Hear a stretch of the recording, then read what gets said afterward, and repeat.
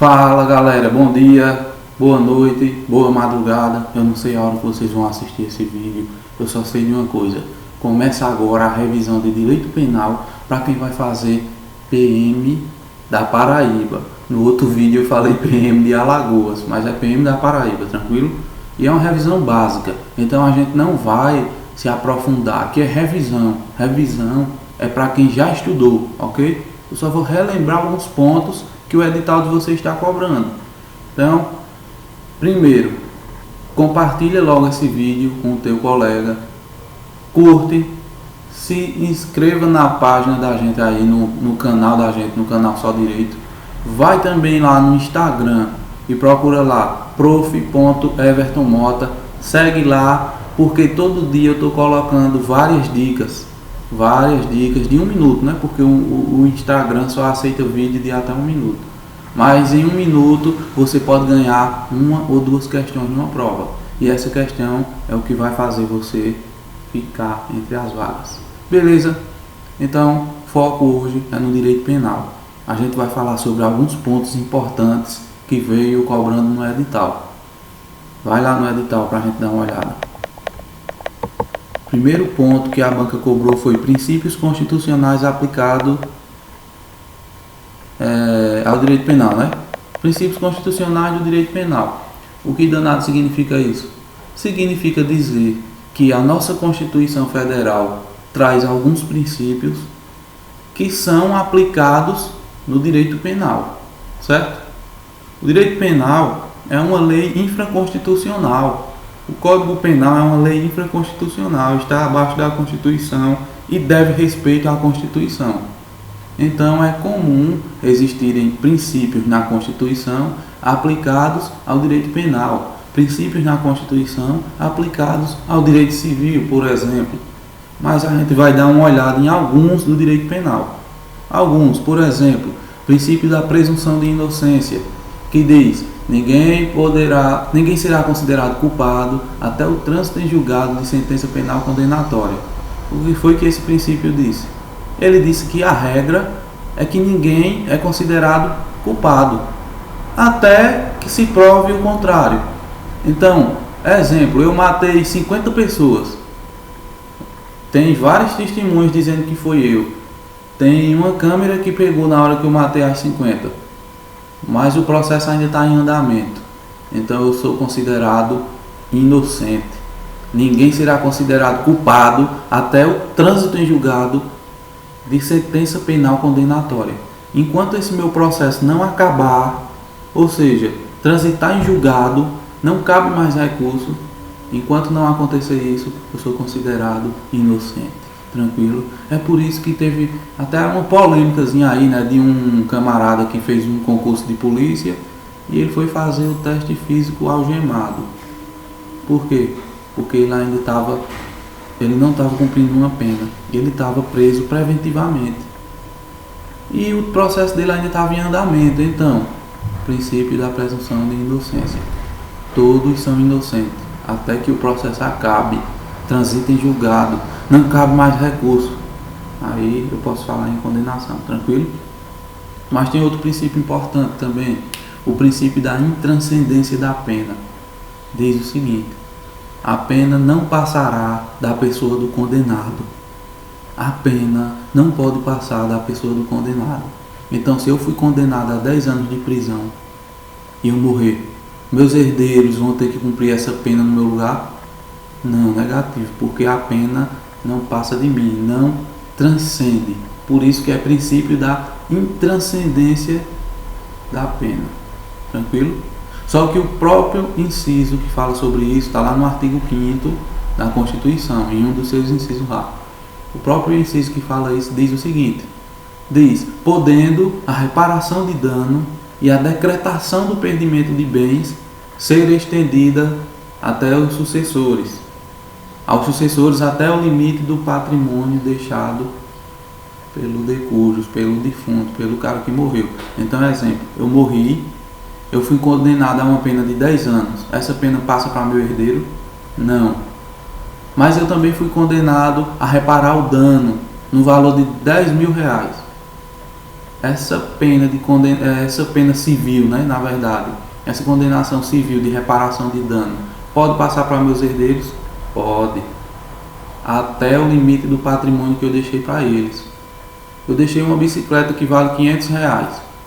Então, essa dívida de R$ 10.000, reparação de dano, vai passar para meu herdeiro, mas ele só vai pagar esse limite de R$ 500, que foi o que eu deixei para ele.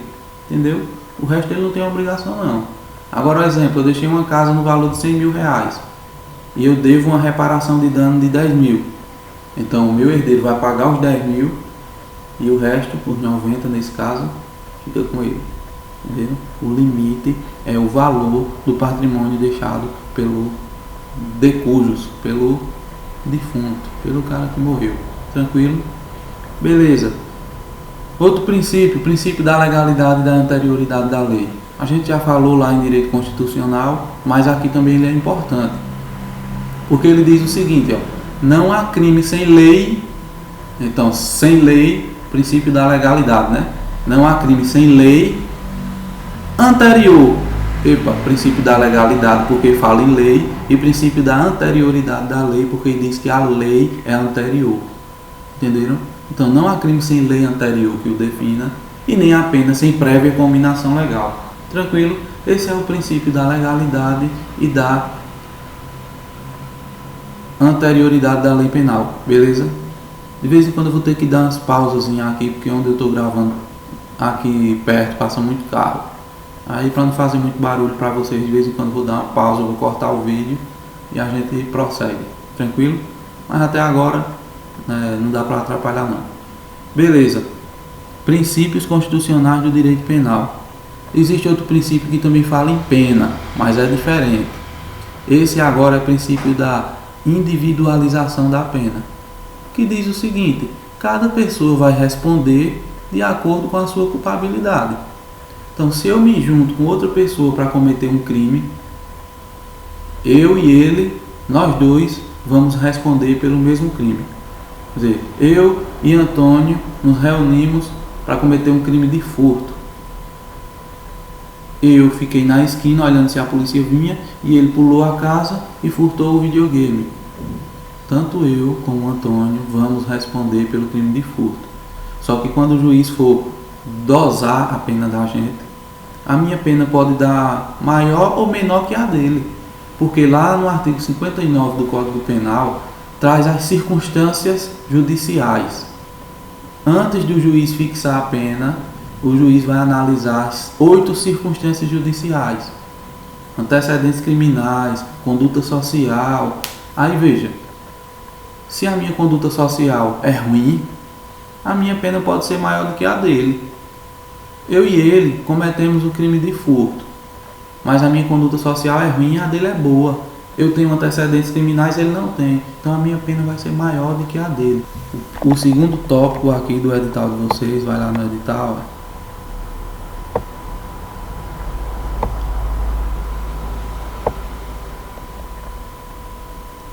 O segundo tópico é lei penal no tempo. E a lei penal no tempo é aquilo que a gente estudou várias vezes, inclusive aqui no cursinho. A lei penal no tempo, eu tenho que saber quando é que essa lei pode ser aplicada, né? Tá falando em tempo, então eu digo o quê? Quando é que eu posso aplicar a lei penal? Qual é a regra? A regra é o período de atividade da lei penal. A lei penal, ela dura do momento em que ela foi promulgada, em que ela entrou em vigor, certo? Do momento que ela entra em vigor até o momento em que ela é revogada. Então isso é a atividade da lei. A regra é essa. A lei penal só se aplica quando ela entra em vigor até o momento que ela é revogada. Durante esse período ela é aplicada. Regra geral, tranquilo? Mas existe uma coisa chamada extra-atividade da lei penal. Ou seja, é uma coisa que está além da atividade, fora da atividade. A atividade é quando entra em vigor até quando ela é revogada. Mas a extra-atividade está fora desses limites. É quando a lei pode retroagir ou ela pode ultraagir. Então a gente viu o que significa retroagir. Dar ré é voltar, certo? A lei nasceu hoje mas em determinadas situações ela pode voltar para atingir fatos ocorridos no passado. Em que situação ela pode retroagir? Toda vez que ela beneficiar o réu. Toda vez que essa lei nova que surgiu hoje beneficiar o réu, ela pode retroagir dentro da sua extra atividade, ela vai retroagir e alcançar os fatos acontecidos no passado. Mas ela também pode ultraagir, ou seja, foi revogada, mas ela vai ultrapassar esses limites de sua revogação e vai continuar sendo aplicada. Também naqueles casos em que essa lei que foi revogada é melhor para o réu, beneficia o réu, desde que ele tenha cometido o crime durante a sua vigência, certo? Então eu cometi um crime durante a vigência de uma lei boa, cometi o crime aqui, essa lei foi revogada e eu fui julgado depois que essa lei foi revogada. Essa lei que era boa no tempo que eu cometi o crime vai ultraagir e vai ser aplicada a mim, porque eu cometi o crime durante a sua vigência. Tranquilo? Aí depois a gente viu lei excepcional ou lei temporária. A lei excepcional e temporária, ela ultraage, ela vai ultraagir mesmo sem beneficiar o réu, porque são leis criadas em períodos específicos.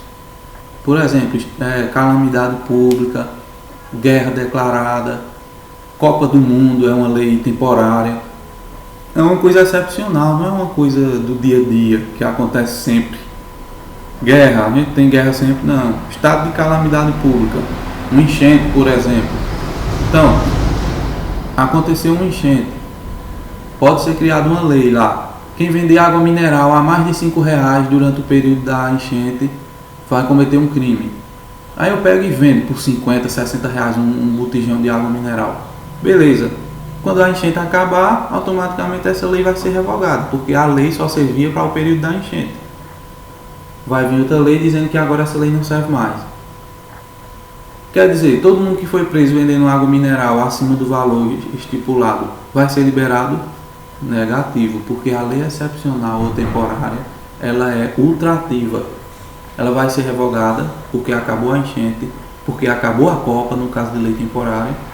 Mas aquele pessoal que cometeu o crime durante a vigência dela vai continuar sendo punido, desde que tenha cometido o fato durante o período que ela estava em vigor, durante a Copa do Mundo, durante a enchente. Entenderam? Qual é a diferença de lei excepcional para a lei temporária? A lei excepcional tem data de início, mas não tem data de fim. Lei de guerra, por exemplo. Eu sei quando começa uma guerra, sei, porque a guerra ela é declarada. O presidente da República declara: a partir de hoje o Brasil está em guerra.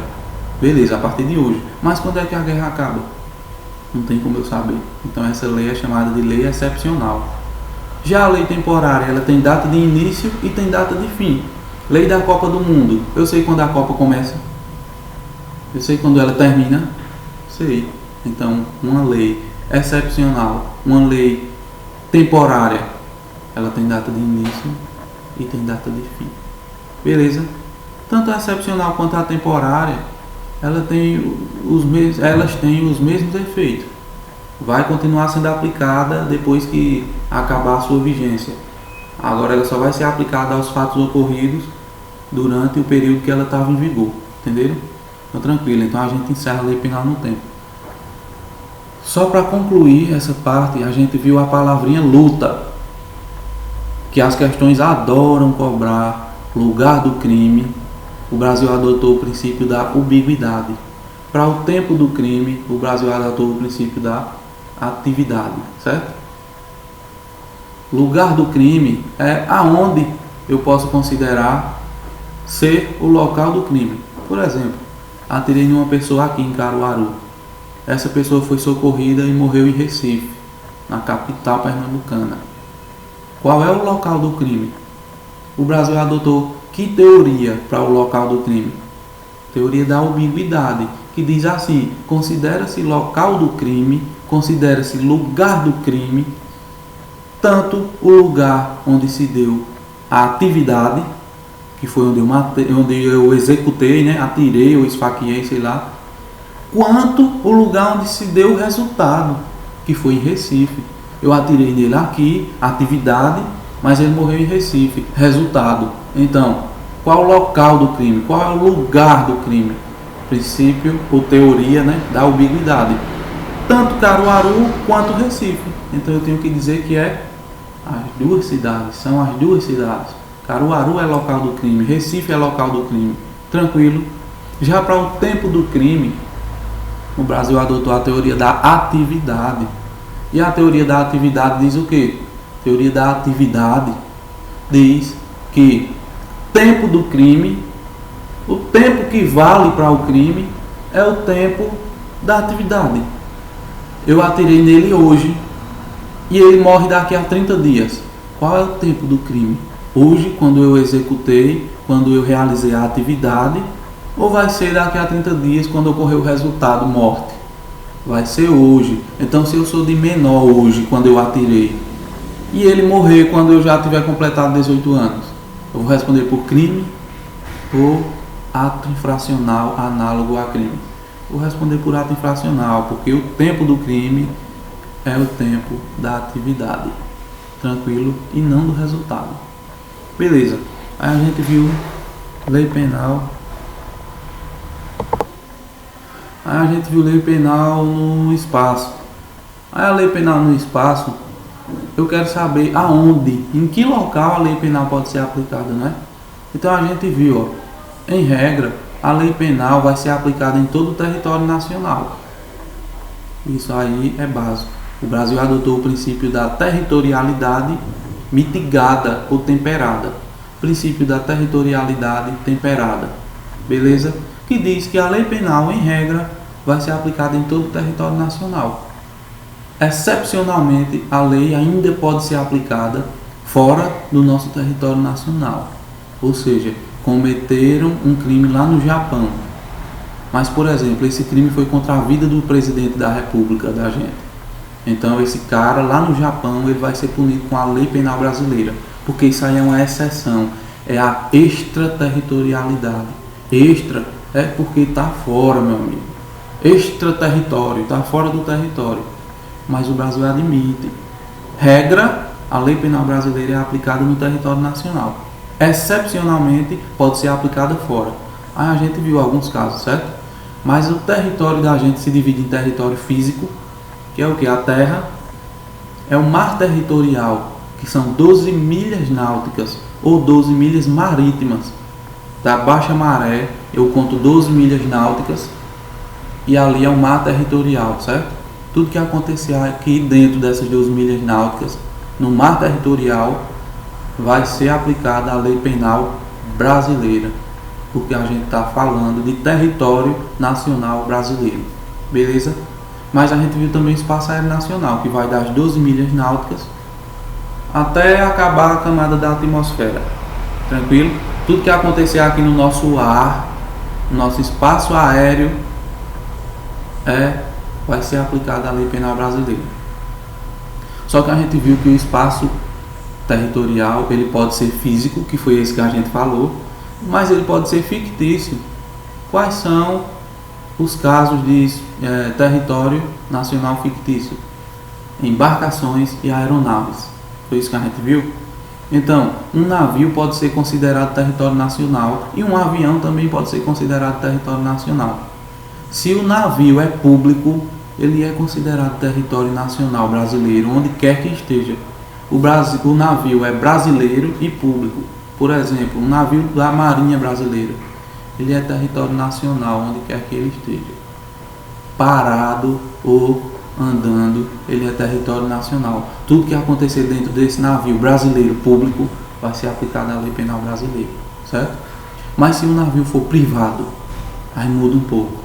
O navio privado só é considerado território nacional se ele estiver dentro das 12 milhas náuticas ou se ele estiver em águas internacionais, que são aquelas águas ali do meio, que não é de ninguém, ou é de todo mundo. Essas águas internacionais são águas de todas as nações.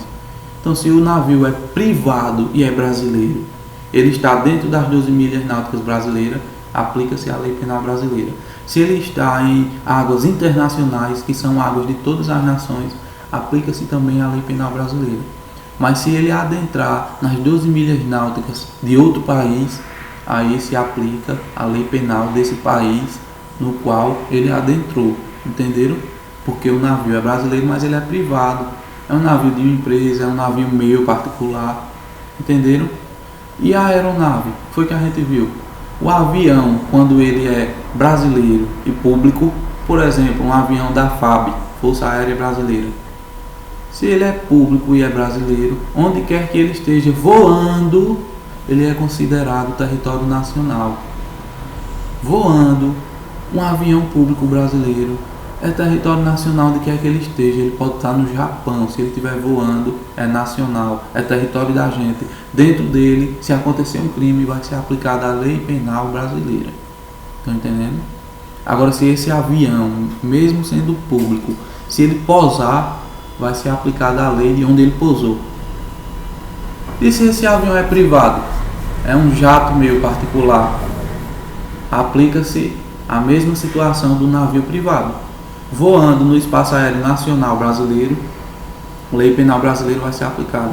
Voando no espaço aéreo internacional, depois que ultrapassar as 12 milhas náuticas, ele está sobrevoando o espaço aéreo internacional, que é de todas as nações, aplica-se a lei penal brasileira, porque ele é brasileiro privado. Agora, no momento que ele ultrapassar as 12 milhas náuticas de outro país, ainda que ele esteja voando, aplica-se a lei penal do outro país, certo? Porque ali é espaço aéreo estrangeiro de outro país. Tranquilo? Então a gente acabou aqui, ó. Vai lá no slide. Lei penal no espaço. Beleza? Aí aqui o quarto ponto, interpretação da lei penal. Eu não vou falar muito sobre isso, até porque cai muito pouco. Eu acredito que na prova de vocês, da PM da Paraíba, não vai cair. Isso é o que eu acredito, entendeu? Pode ser que caia, então dê uma lida aí, mas eu não vou falar nada sobre isso não. Infração penal. Aí aqui fala, infração penal, espécies. Aí é tranquilo, velho. Aqui a gente tem que falar que infração penal é gênero que tem duas espécies, crime e contravenção. O Brasil adotou o sistema dicotômico, di porque é dois, pô. Infração penal é o gênero que tem duas espécies. A infração penal pode ser um crime, mas também pode ser uma contravenção, que são coisas diferentes, certo? Crime é toda conduta que a lei diz que é crime e combina uma pena de detenção ou reclusão, cumulada ou não com pena de multa, tranquilo? Já a contravenção penal é aquela conduta que a lei diz que é contravenção penal e combina uma pena de prisão simples ou multa. Então, a gente já sabe as principais diferenças entre crime e contravenção. O crime é uma coisa muito mais grave do que uma contravenção. Uma contravenção, por exemplo, jogo de azar, né? Jogar baralho apostado, jogar no jogo do bicho, tudo isso é contravenção penal. Contravenção penal não se aplica pena de detenção nem de reclusão. A pena vai ser prisão simples, que na prática nem existe mais, ou multa. Beleza? Algumas diferenças entre crime e contravenção são cobradas em concurso. Aí a gente viu. Lembrando que a gente está fazendo uma revisão. Então a revisão é para quem já estudou, velho. Mas quem não estudou consegue aprender ainda. O crime, o cumprimento máximo de pena do crime é de 30 anos. Eu posso pegar 1000 anos de cadeia, eu só vou cumprir 30 no crime. Na contravenção penal, o tempo máximo de cumprimento de prisão simples é de 5 anos. Crime 30, contravenção 5. Tranquilo? Outra diferença, os crimes podem admitir tentativa. Quem já ouviu falar em tentativa de homicídio, tentativa de roubo, tentativa de furto? Os crimes admitem tentativas. Já a contravenção penal não admite tentativa. Beleza?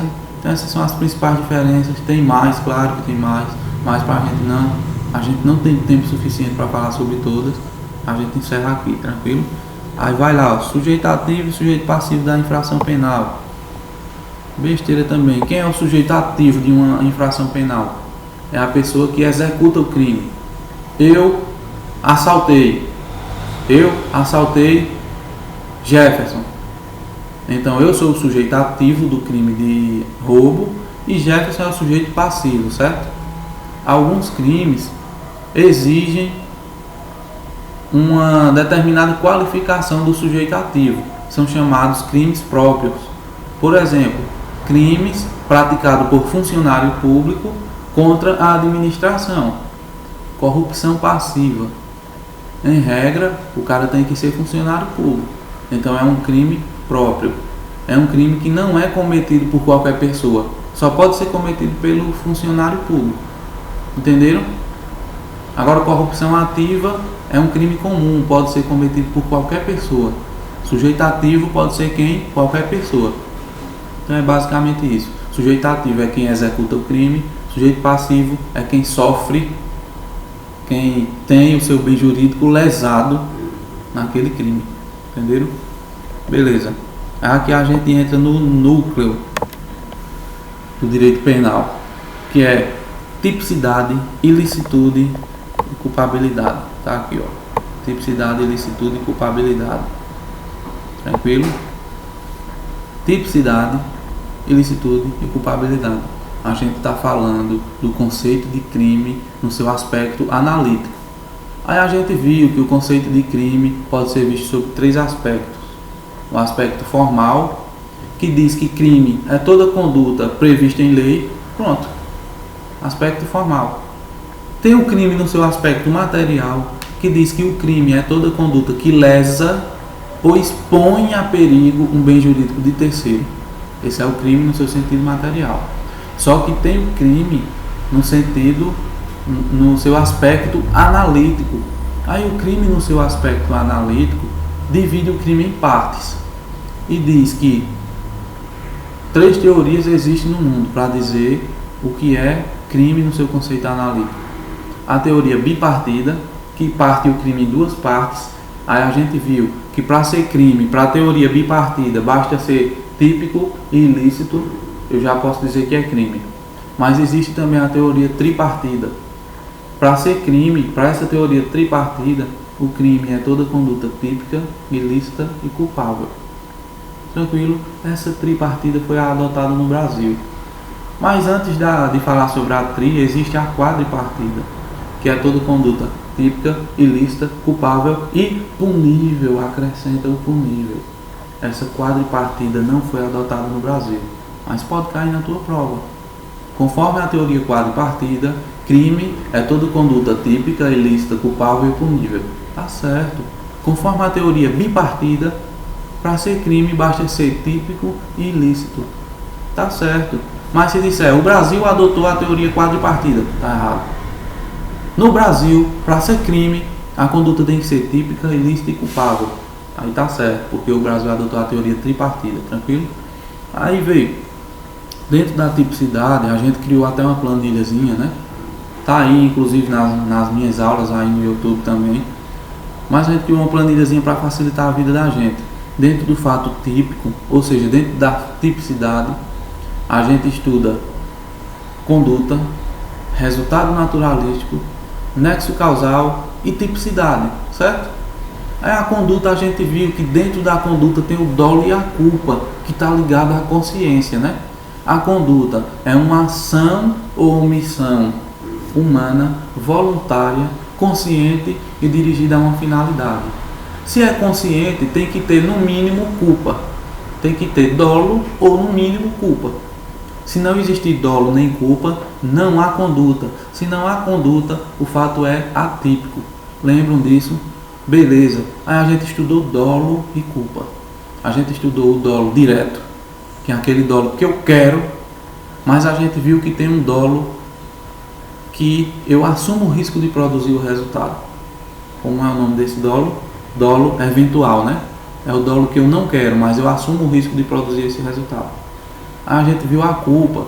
A culpa, ela pode ser de 3 modalidades: imprudência, imperícia ou negligência. Beleza?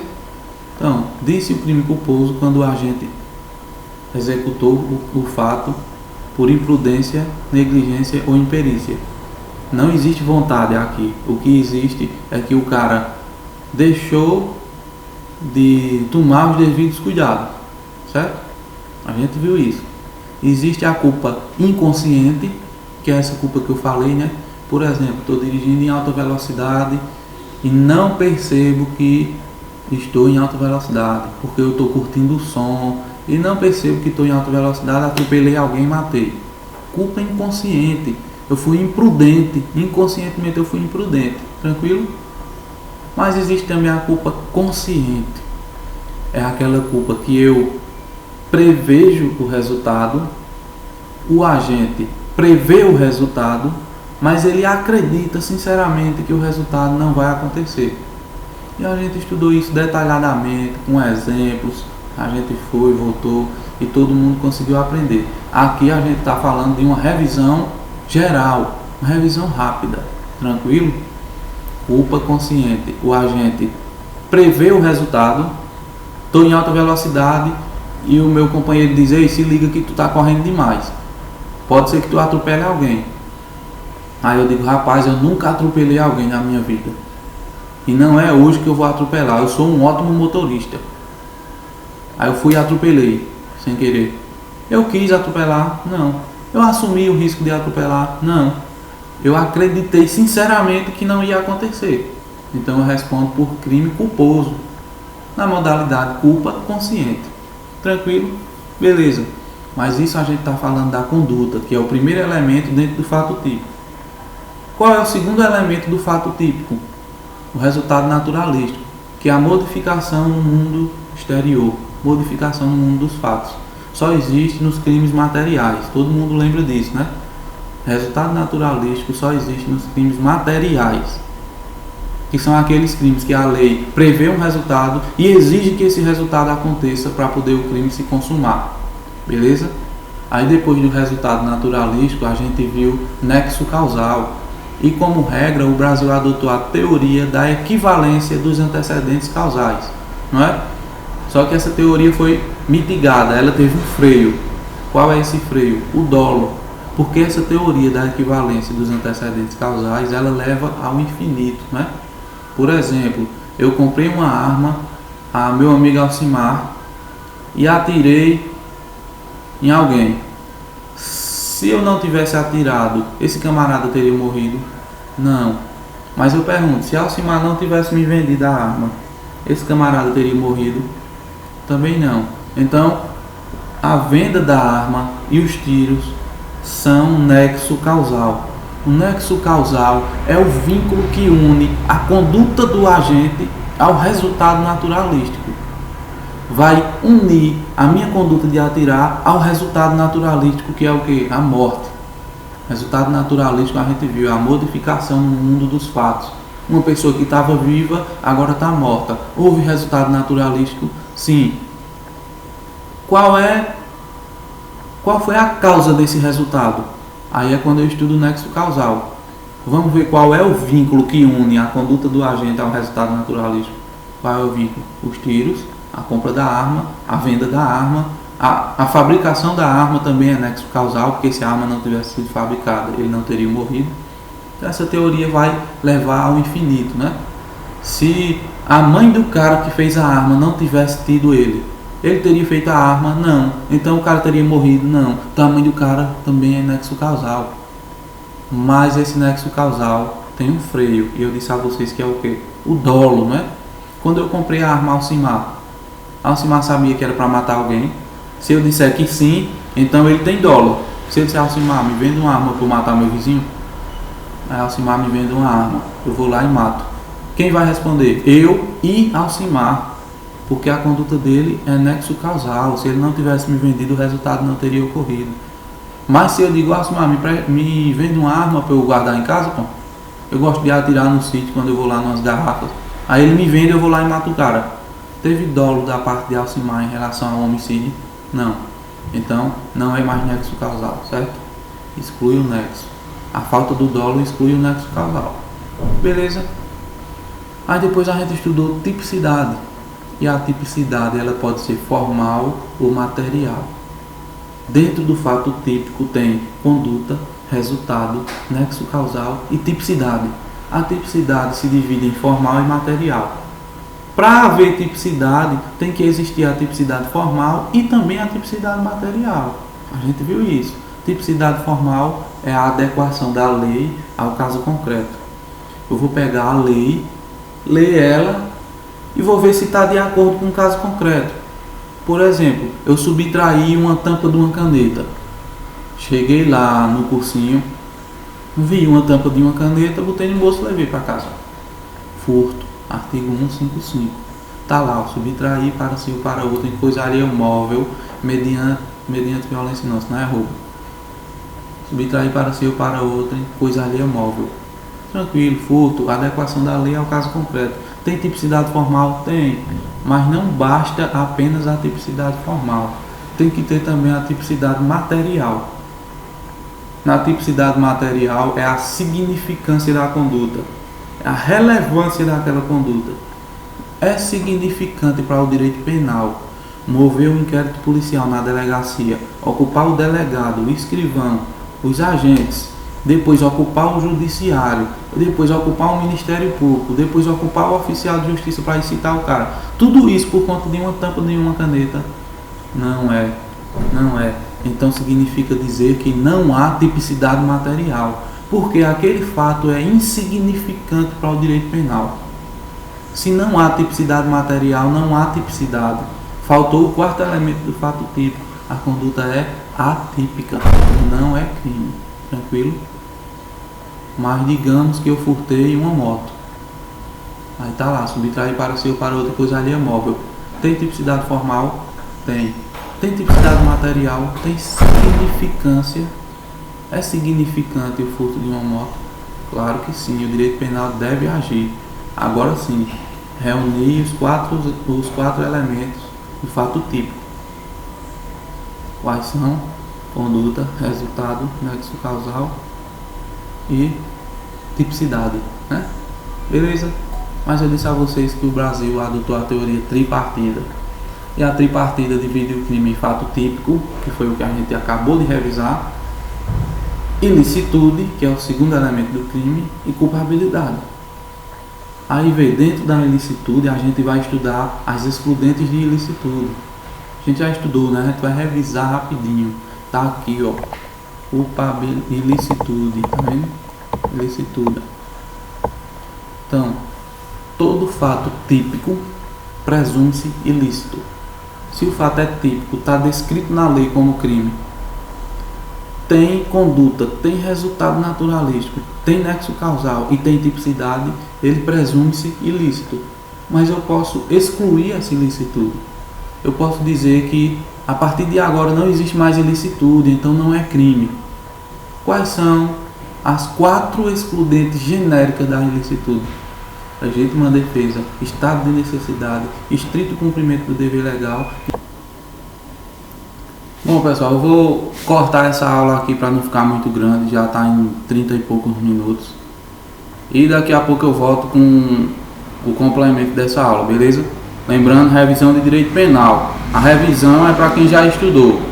Quem nunca estudou direito penal não vai aprender muita coisa com a revisão não, ok? A prova já é domingo agora, a gente não tem muito tempo. Eu quero que vocês compartilhem esse vídeo aí com seus colegas que vão fazer a prova da PM da Paraíba.